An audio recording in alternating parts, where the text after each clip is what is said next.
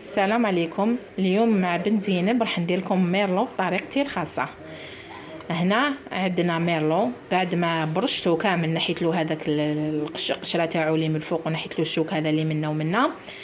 نسحقوا هنايا كمون، نسحقوا الرند وزعتره تانيك لازم، ونسحقوا الثوم ونسحقوا الملح ونسحقوا الطوماطيش مصبره وفلفل الكحل وزوج مغارف زيت. تبعوني شوفوا كيفاش نديروه.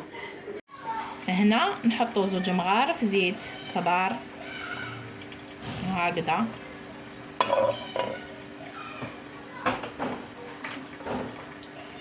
نحطوا هنايا الثوم تاعنا نقليوه وبالكو يتحرق لكم يولي يمر.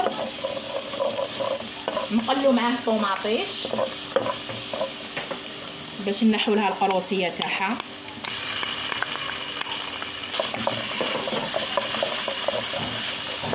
تاع الرن نديرو الكمون، نديرو شويه كمون، شويه فلفل الكحل،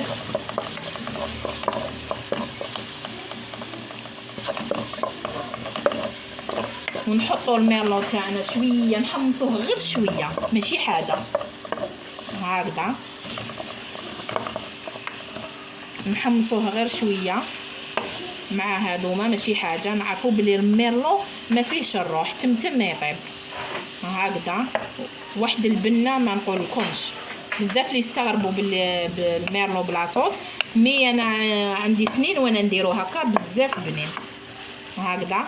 نروحوا ديريكت نمرقوا بالماء السخون، ما نمرقوش بزاف باسكو تم ما يطيب. هايليك مي با ما نغطوهاش هكا.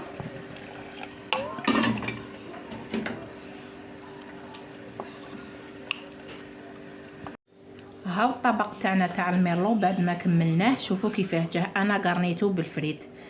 شوفوا لاصوص كيفاش جاد، هاي لاصوص كيفاش جاد وجا بنين بزاف بزاف. نتمنى انكم تجربوه.